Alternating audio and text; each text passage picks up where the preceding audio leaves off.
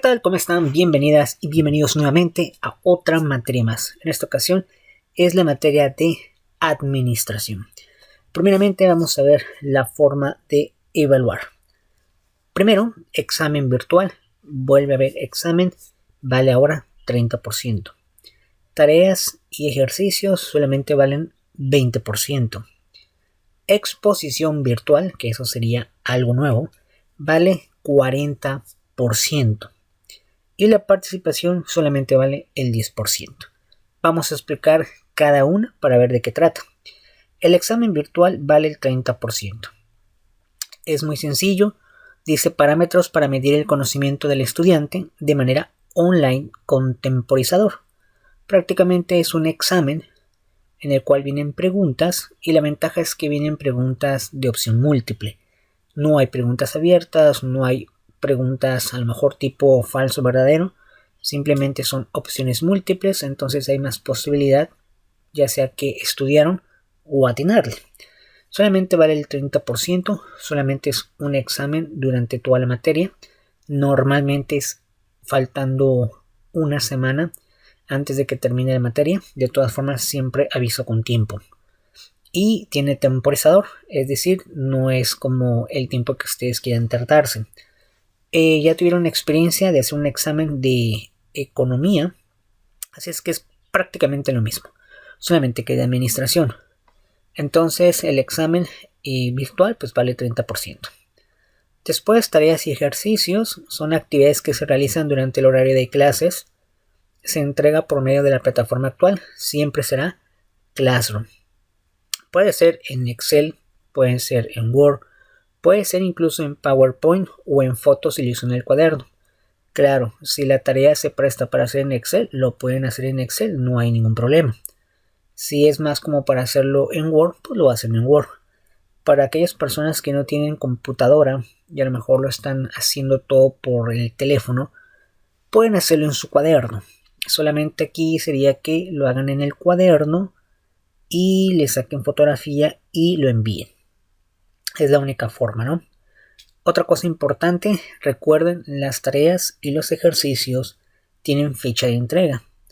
Entonces, en este caso, pues tienen la ventaja de que es domingo, así es que tienen prácticamente todo el domingo, todo el lunes, todo el martes, todo el miércoles y hasta el jueves a la medianoche.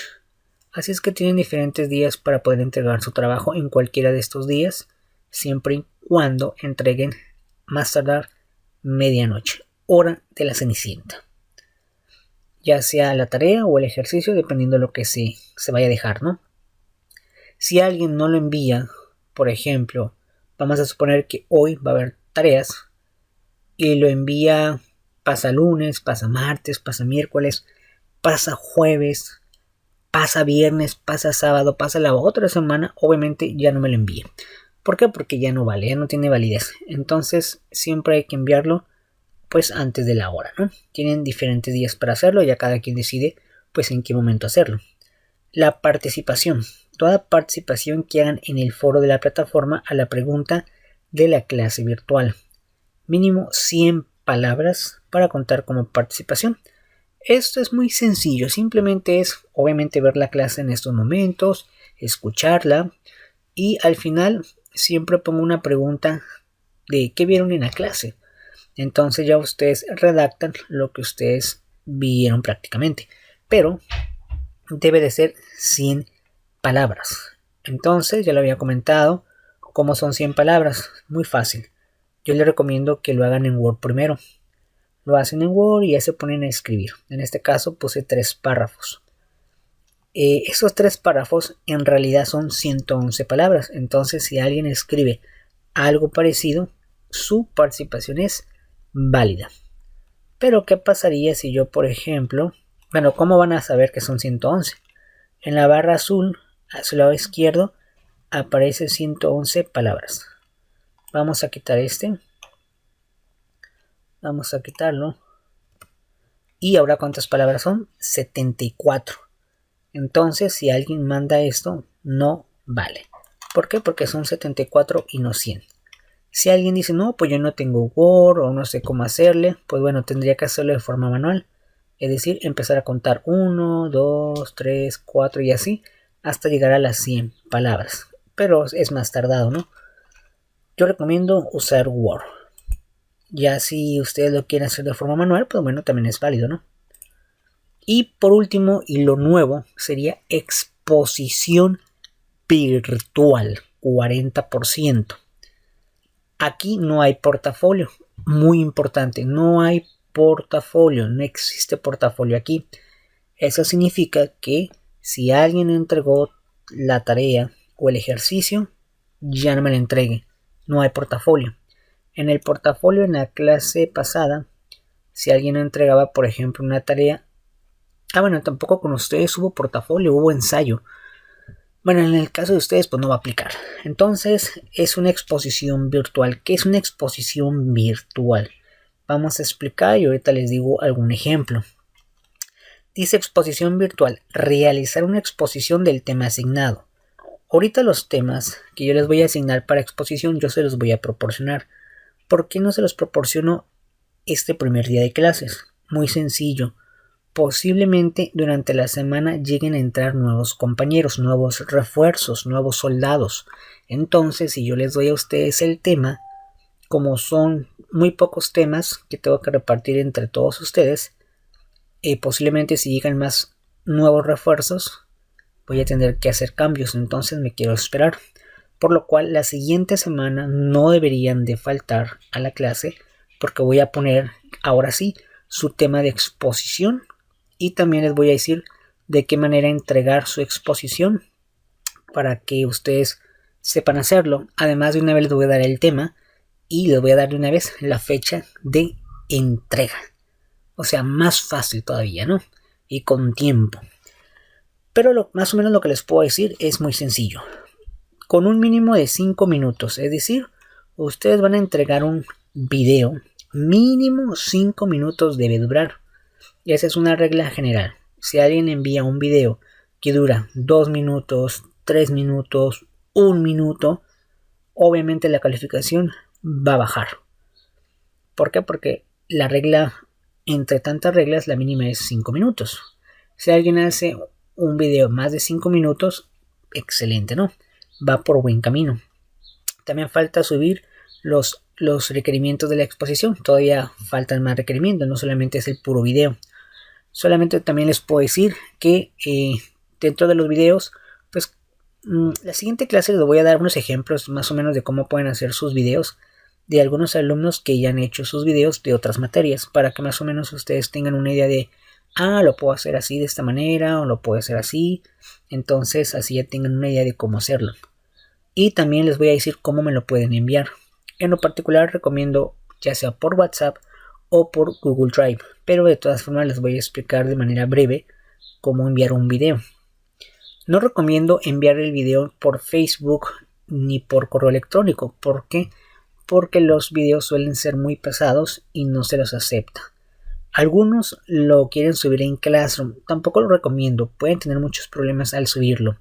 Ya como yo les digo, es mucho más fácil, porque todos tienen un correo Gmail, así es que todos tienen acceso a Google Drive. Pero bueno, eso lo voy a decir en su momento, la siguiente clase, así es que no falten la siguiente clase, porque ahora sí voy a explicar ya casi el 100% todo esto de la exposición virtual, y ya que también les voy a dar el tema que les toca exponer, ¿no? Y bueno, si cumplen con los requerimientos de la exposición, pues pueden llegar a tener un 10, que el 10 representaría el 40%.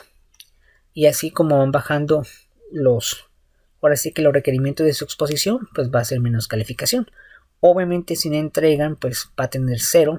Y aún así, sin entregar la exposición virtual, todavía pueden pasar. Pero tienen que ser muy perfectos en el examen y en tareas, porque apenas tendrían 5 aquí.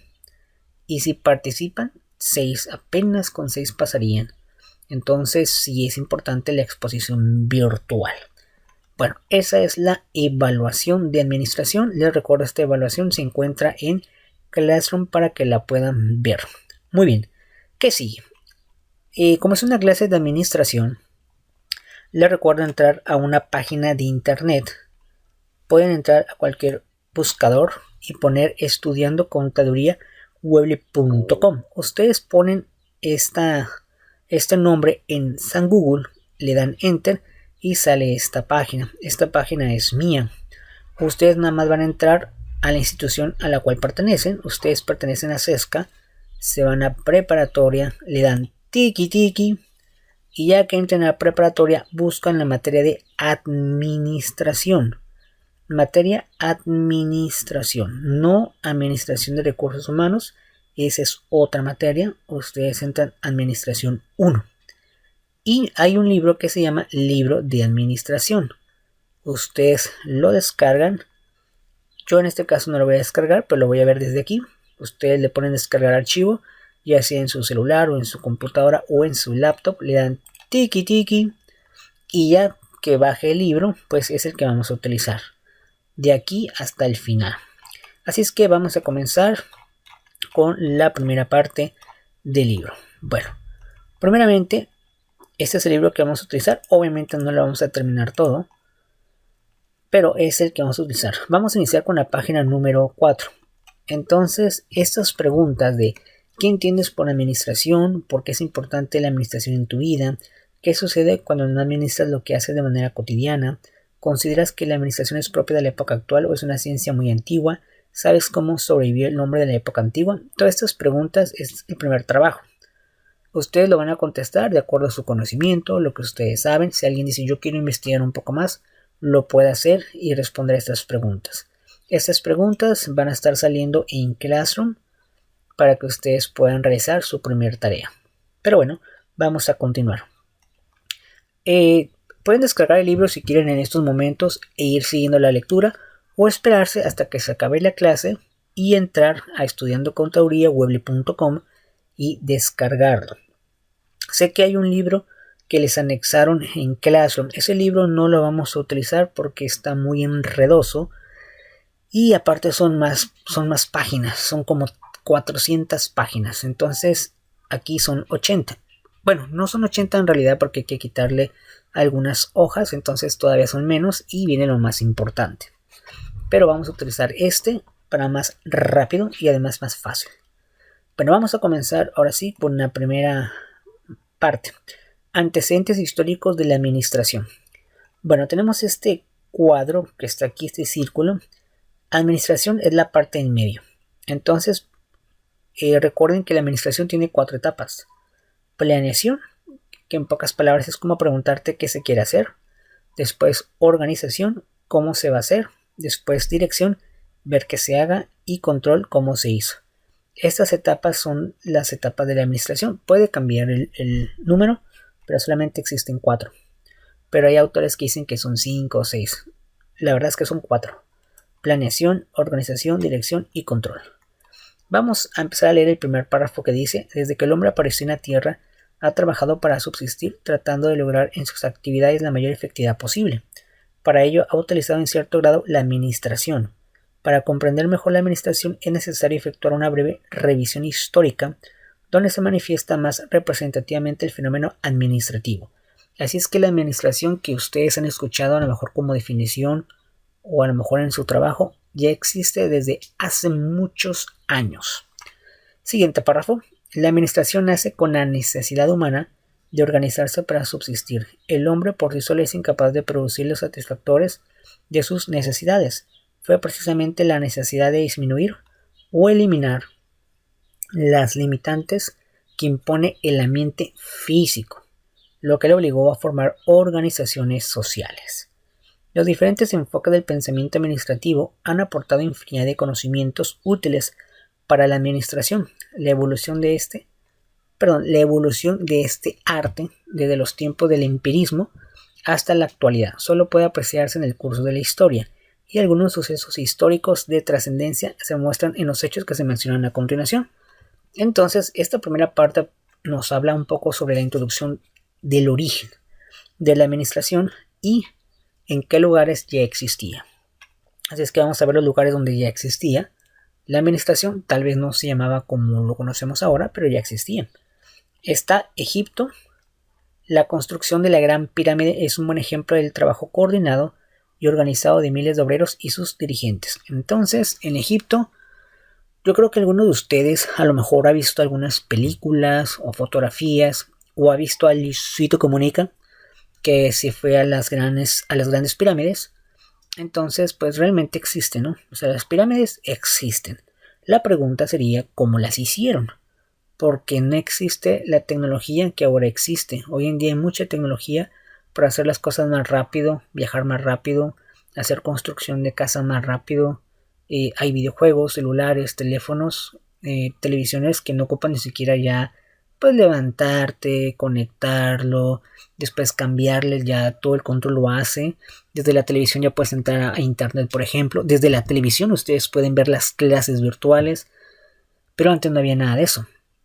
Entonces la pregunta es cómo hicieron para hacer una pirámide que son altas si no había escaleras.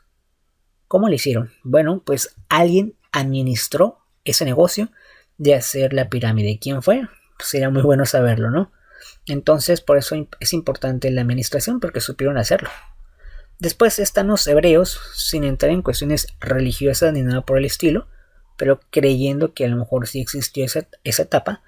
Está en el libro del Éxodo, narra la dirección de Moisés y el establecimiento de leyes y reglas con un liderazgo poco usual.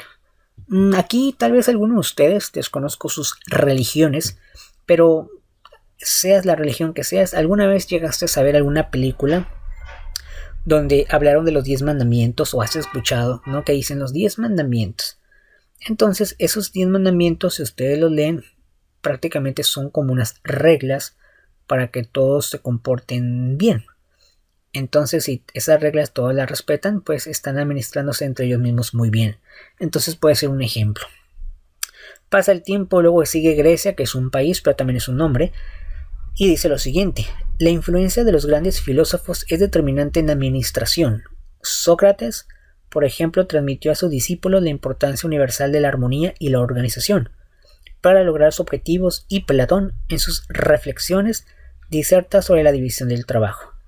Dentro de administración sobresalen estos dos personajes, Sócrates y Platón. Posiblemente alguno de ustedes ya lo ha escuchado en filosofía o en otras ciencias como la matemática. Por ejemplo, bueno, aquí no está Aristóteles, pero Aristóteles, Sócrates, Platón también hablaron de otros temas. Pero en este caso, hablando de administración, ellos decían que la división de trabajo era administración, o se relacionaba con eso. En pocas palabras, si una persona se divide el trabajo con otra, va a terminar más rápido. Entonces eso es saber administrarse. Después, nuevamente, sin entrar en cuestiones religiosas, está el cristianismo. Con Cristo, ¿no?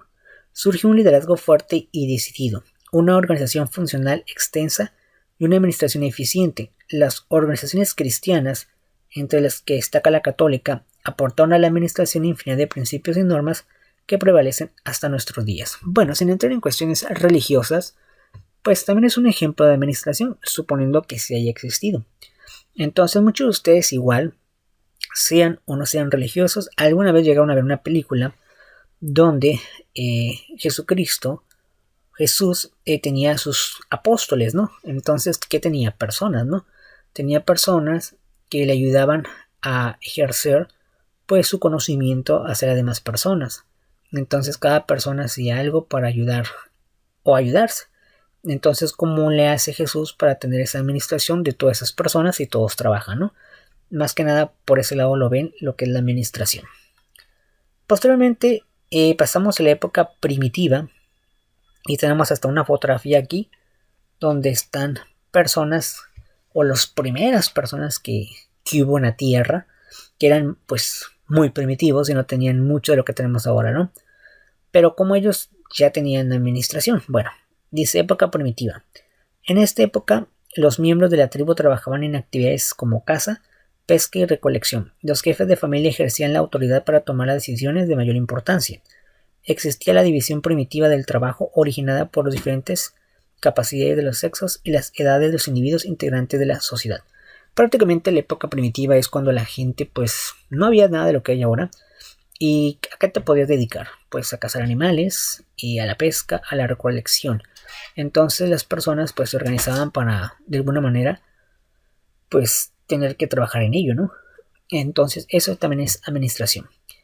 Pasa un poco el tiempo y llegamos al periodo agrícola. Se caracterizó por la aparición de la agricultura y de la vida sedentaria, prevaleció la división del trabajo por edad y sexo y se acentuó la organización social de tipo patriarcal. La caza, la pesca y la recolección pasaron a tener un lugar de importancia secundaria en la economía agrícola de la subsistencia. El crecimiento demográfico obligó a los hombres a coordinar mejor sus esfuerzos en el grupo social y en consecuencia a mejorar la aplicación de la administración. Entonces ya para esa época pues muchos ya no era necesario cambiarse de lugar a otro lugar porque muchos lugares ya tenían pues campos de sembradíos, etcétera, y pues la gente como que sabía más, ya tenía más conocimiento, pero aún así pues se organizaban para que cada quien hiciera algo, ¿no? Tú haces la caza, tú haces la pesca, tú la recolección de frutos, tú haces esto. Entonces se organizaban y eso ya era administración. Pasa el tiempo y llegamos a la antigüedad grecolatina. En esta época aparece el esclavismo. La administración se caracterizó por su orientación hacia una estricta supervisión del trabajo y el castigo corporal como forma disciplinaria. El esclavo carecía de derechos y se le ocupaba en cualquier labor de producción. Existió un bajo rendimiento productivo ocasionado por el descontento y el trato inhumano que sufrieron los esclavos debido a estas medidas administrativas, y esta forma de organización fue en gran parte la causa de la caída del Imperio Romano. Bueno, también pasa el tiempo y llegamos a la parte donde ya hay trabajo, pero como ustedes saben, sí existieron los esclavos, es decir, personas que pues no tenían cómo defenderse, pues tú los agarrabas y les decías, tú eres mi esclavo y tienes que hacer este trabajo. Entonces eso era también administración, aunque aquí era un poco más abusivo, ¿no? Pero pues no dejó de ser administración también. Pasa el tiempo y llegamos a la época feudal, y durante el feudalismo las relaciones sociales se caracterizaron por un régimen de servidumbre. La administración inferior del feudo estaba sujeto al criterio del señor feudal, quien ejercía un control sobre la producción del siervo. Al finalizar esta época, un gran número de siervos se convirtieron en trabajadores independientes y organizándose así los talleres artesanales y el sistema de edificios con nuevas estructuras de autoridad en la administración.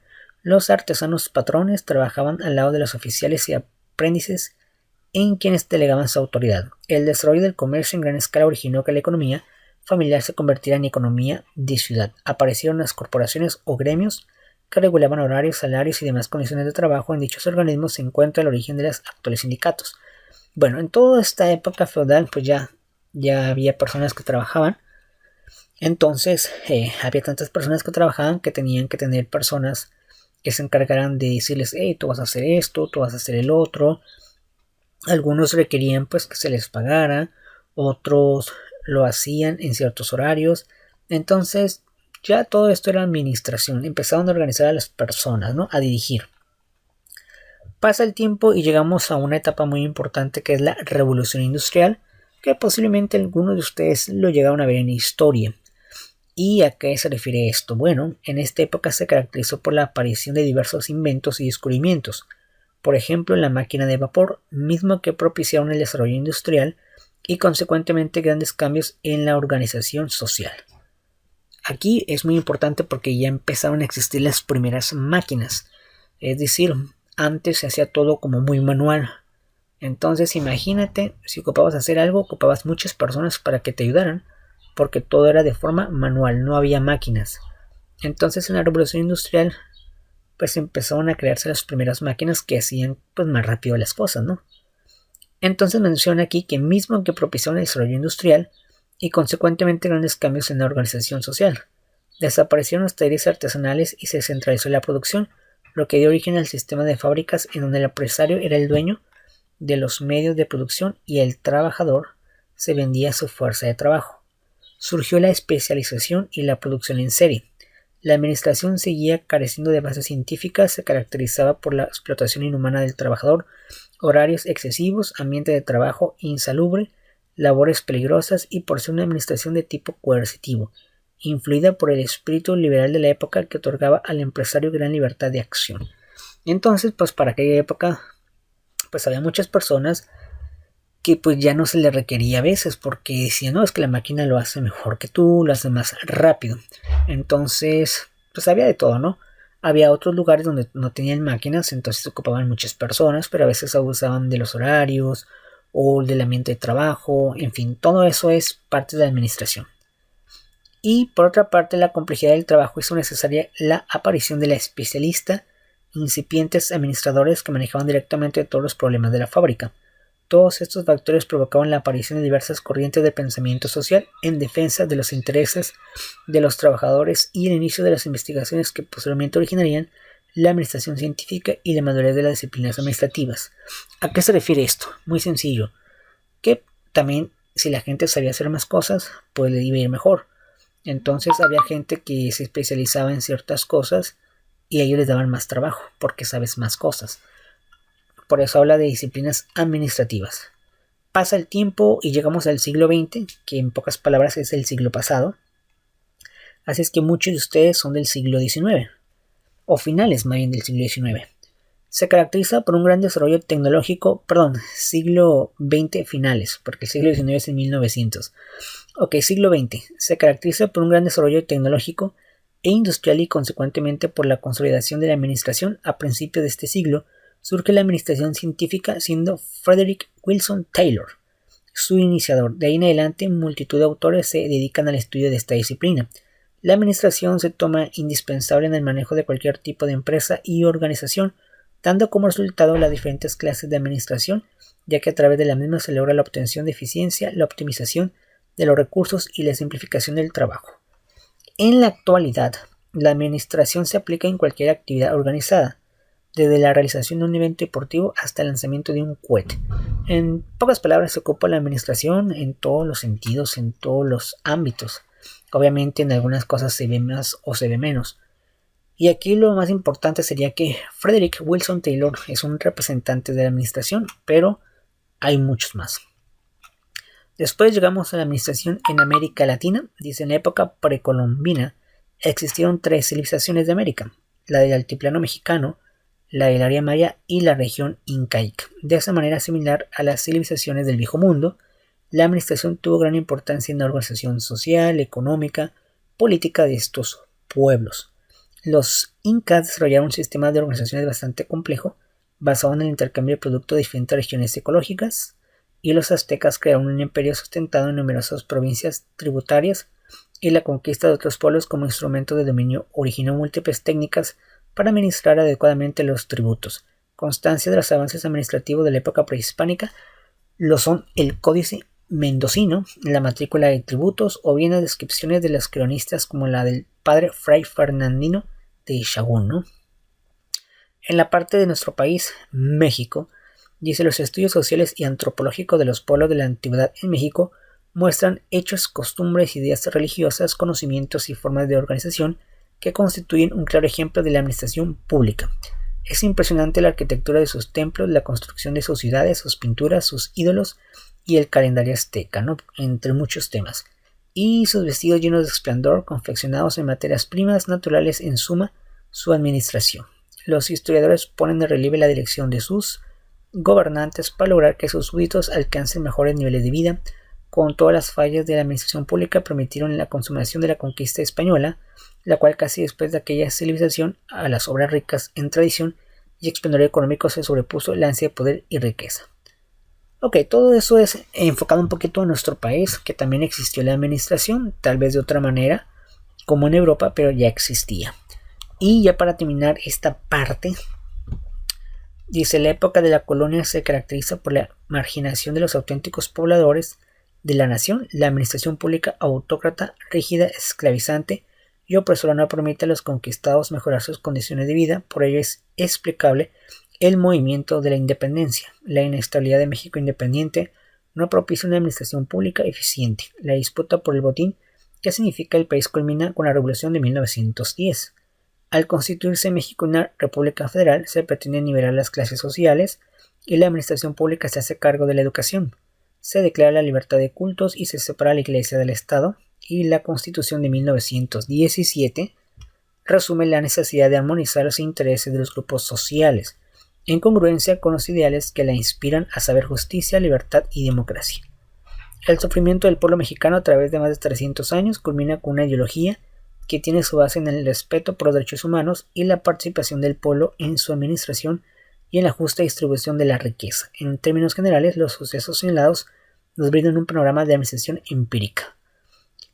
Entonces, quieran o no, en todas partes del mundo prácticamente la administración existe. De hecho, puedo decirles que la administración existe hasta en su casa. Obviamente que ustedes no son empresas, son personas, son familias. Bueno, siguiente actividad. Voy a explicarles, pero les voy a leer la actividad y les voy a decir qué tienen que hacer. Muy sencillo. Dice, después de haber realizado la lectura sobre antecedentes históricos de la administración, que fue lo que vimos anteriormente, ustedes no hay equipo, sería solo, de manera individual. Describe las características más sobresalientes de la época que corresponda a cada imagen que se presenta a continuación. En este caso, ¿cómo le pueden hacer? Por ejemplo, aquí en esta imagen, ustedes tendrían que escribir más o menos lo que se desarrolla de acuerdo a la imagen. Obviamente, pueden hacerlo tal vez recortando esta imagen o poniendo una imagen de internet parecida y en Word ya ponerle algunas rayas y decir, la imagen trata de esto, ¿no? Lo pueden hacer de esa manera, que serían estas. De todas formas, esto lo voy a poner en Classroom y la página para que sepan qué tendrían que hacer. De acuerdo a lo que ven en la imagen, es lo que ustedes van a poner aquí, lo que pasaba en esa época. De acuerdo a lo que se leyó también, ¿no? Muy bien. Siguiente tema. Aspectos históricos de la administración. Cronología de la evolución de la administración en las diferentes culturas. Entonces aquí tenemos un cuadro cronológico de años, que es el periodo, contribuyente y principales aportaciones, es decir, otras civilizaciones. Ponemos el año y ponemos el contribuyente. Por ejemplo, los sumerios establecieron registros escritos para uso comercial y gubernamental. Los egipcios practicaban inventarios. Los inventarios llevaban diarios, ventas e impuestos. Desarrollaron una elaborada burocracia para la agricultura y la construcción a gran escala, empleo de tiempo completo, administradores y usaban proyecciones y planeación. Entonces los egipcios pues ya tenían muchas cosas que hoy en día sí usan. Después los hebreos aplicaban el principio de la excepción y la departamentalización, los 10 mandamientos, la planeación a largo plazo y el tramo de control. Babilónicos reforzaron leyes para la conducción de los negocios, incluyendo estándares, salarios y obligaciones de los contratistas. Chinos establecieron la constitución de Zhou y Confucio sentó las primeras bases para un buen gobierno. Los griegos desarrollaron la ética del trabajo, la universalidad de la administración, iniciaron el método científico para la solución de los problemas. Los romanos desarrollaron un sistema de fabricación de armamento, de cerámica y textiles, construyeron carreteras, organizaron empresas de bodegas, utilizaron el trabajo especializado, formaron los gremios, emplearon una estructura de organización autoritaria basada en funciones. Y luego la Iglesia Católica, estructura jerárquica descentralizada con control estratégico y políticas centralizadas. Después los venecianos establecieron un marco legal para el comercio y los negocios. Y bueno, este es un cuadro donde vienen las principales civilizaciones y las aportaciones que hicieron. Después, siguiente actividad, ¿qué tienen que hacer? Vamos a leerlo y les voy a explicar. En equipo colaborativo, en este caso es individual. Con base en el cuadro sobre aspectos históricos de la administración, investiga de manera más amplia las características del desarrollo histórico de la administración de una de las épocas, antigua, medieval, moderna y contemporánea. Participa de manera respetuosa y tolerante en la técnica de Rolling Plain y elabora un cuadro de doble entrada con información. Aquí, en pocas palabras, lo único que tienen que hacer es, por ejemplo, ponen época antigua, medieval, moderna y contemporánea. Ponen más o menos los periodos o de qué año a qué año era la antigua, la medieval, la moderna y la contemporánea. Ponen algunos autores, es decir, personas que representan esa época, y aquí algunas aportaciones que se hicieron en esa época. Y prácticamente sería hacer este cuadro. Muy bien, después de que hagan este cuadro, vamos a hacer lo siguiente. Bueno, vamos a ver también de una vez el tema siguiente. Solamente vamos a ver a un personaje. Aportaciones de los filósofos de la administración. Vamos a darle un zoom. Dice Platón. Bueno, aquí vamos a ver algunas aportaciones que hicieron otras personas ya de manera individual, entre ellas Platón. Si ustedes no conocen a Platón, bueno, se encuentra en la parte derecha, posó para la foto. Entonces, Platón era un filósofo griego, nacido en una familia de aristocrática. Abandonó su vocación política por la filosofía, atraído por Sócrates, que es otro personaje importante también, y siguió a este durante 20 años y se enfrentó abiertamente a los sofistas. Tras la muerte de Sócrates, se apartó completamente de la política. No obstante, los demás políticos ocuparon siempre un lugar central en su pensamiento y llegó a concebir un modelo ideal de Estado. Así es que Platón, pues, era conocido, ¿no? Entonces, Platón, pues, ¿qué hizo, no? Bueno, él publicó un libro llamado La República, así se llamaba su libro. Y bueno, ¿qué dice ahí? Describe cómo el origen de la ciudad está forzosamente relacionada con la economía. En primer lugar, Platón expone que una persona sola, aislada, no se basta a sí misma para satisfacer sus necesidades básicas. Para Platón, las necesidades básicas de la economía son la alimentación, la vivienda, la vestimenta y el calzado. En su opinión, quien pudiera satisfacer estas necesidades por sí mismo sería Dios. Entonces, Platón decía que si una persona, tenía que comer, tenía una casa, o vivía en una casa, tenía vestimenta y calzado, ok, entonces económicamente estabas bien. Y también eras como un dios. Así es que muchos de ustedes actualmente serían dioses para Platón. Después, el mercado surge porque las personas no pueden abastecerse por sí mismas de todos los bienes que necesitan.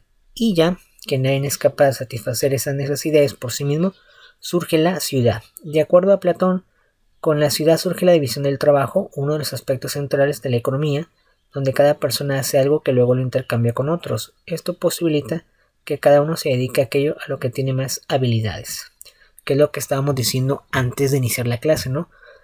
De que lo mejor es dividir el trabajo. Las personas hacen una parte y luego otra persona hace otra parte. Es mucho más rápido hacer el trabajo así. Después dice, luego que aparece la división del trabajo, Platón sostiene que el paso siguiente en el desarrollo de la economía es el surgimiento del mercado. Y continuando el desarrollo de la economía surge el dinero. La moneda posibilita el intercambio y tiene dos grandes méritos. Es fácilmente transportable y contable.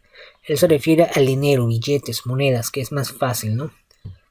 Después, con el surgimiento del mercado en la economía, aparece el precio de los bienes, que él, según Platón, debía expresar el trabajo incorporado en la producción de esta mercancía, más una pequeña ganancia. Algo así como lo que hacen los revendedores, ¿no? Compro la mercancía, lo vendo más caro, gano una parte, etc. De acuerdo al planteamiento de Platón, el dinero es una invención humana que debe estar orientada al fin para el que fue creado, es decir, intercambiar bienes para satisfacer necesidades. Entonces, realmente el dinero para Platón era eso, simplemente para comprar productos, luego vas a vender tus ciertos productos y así sucesivamente. También Platón decía que para ser feliz debe de ser virtuoso y que en la riqueza la virtud se encuentra en la moderación. Luego Platón no consideraba que el mercado tuviera la capacidad de autorregularse, por lo que proponía controlar la moneda y no permitir el cobro de intereses por el dinero, que hoy en día es lo contrario, hay muchos intereses de cobro, ¿no? Para Platón la acumulación de dinero es negativa y producir más dinero con el dinero es antinatural. Entonces digamos que Platón era así como un poquito de hay que tener lo necesario y hasta ahí, ¿no? Un poquito conformista Platón. Después Platón sostiene que en su libro La República, una vez satisfechas todas las necesidades básicas en la ciudad, surgen las necesidades excedentarias o de lujo. Para satisfacer las necesidades excedentarias se accede al comercio exterior, lo que luego por los conflictos de intereses llevará a la guerra. Esto significa que Platón decía, bueno, todo lo necesario, lo básico se encuentra en tu ciudad o en tu país, pero si tú quieres un lujo, tendrías que tal vez comprar más allá, ¿no? Obviamente en aquella época, pues muchas de las cosas se encontraban en tu localidad, y si no, pues tenías que ir a otros países, ¿no? Por eso lo dice Platón. Y bueno, para Platón un país que no puede ser rico es que nunca tuvo una experiencia bélica, ¿no? Después, lo brillante de Platón en el terreno de la economía consiste en instituir uno de los aspectos claves de la ciencia económica, la existencia de necesidades ilimitadas, y al señalar la limitación de las habilidades de las personas para proveerse de bienes, señala la limitación de los recursos, es decir, estos son escasos. Bueno, ya para terminar esta otra tarea más, dice, después de haber realizado la lectura de Platón, que se encuentra en tu cuaderno de lecturas, que sería esto, escribe las ideas principales sobre sus aportaciones a la administración en el siguiente espacio. Bueno, obviamente ustedes no lo van a hacer en este libro, lo van a hacer en una hoja de Word. De todas formas, esto lo voy a poner en Classroom bien explicado y ya ustedes lo van haciendo, ¿no? Y vamos a dejarlo hasta la siguiente clase en Aristóteles, que es otro personaje importante que aportó la administración, y hasta aquí vamos a dejar ya la información. Entonces, en conclusión, todas las actividades las voy a poner en Classroom, que ya están apareciendo yo creo en estos momentos, y la participación al terminar, 100 palabras como mínimo. Muy importante, la siguiente clase voy a decir nombre de la persona y el tema a exponer, la fecha de entrega de la exposición, cómo hacer una exposición en video, y vamos a seguir viendo más información. Recuerden que todo lo que estamos viendo ahorita puede venir en el examen. Bueno, hasta aquí lo vamos a dejar. Muchísimas gracias. Fue muy poco el tiempo que tuvimos, pero bueno, ya la siguiente semana esperemos tener un poquito más de tiempo. Muchísimas gracias y nos vemos hasta la próxima. Hasta luego.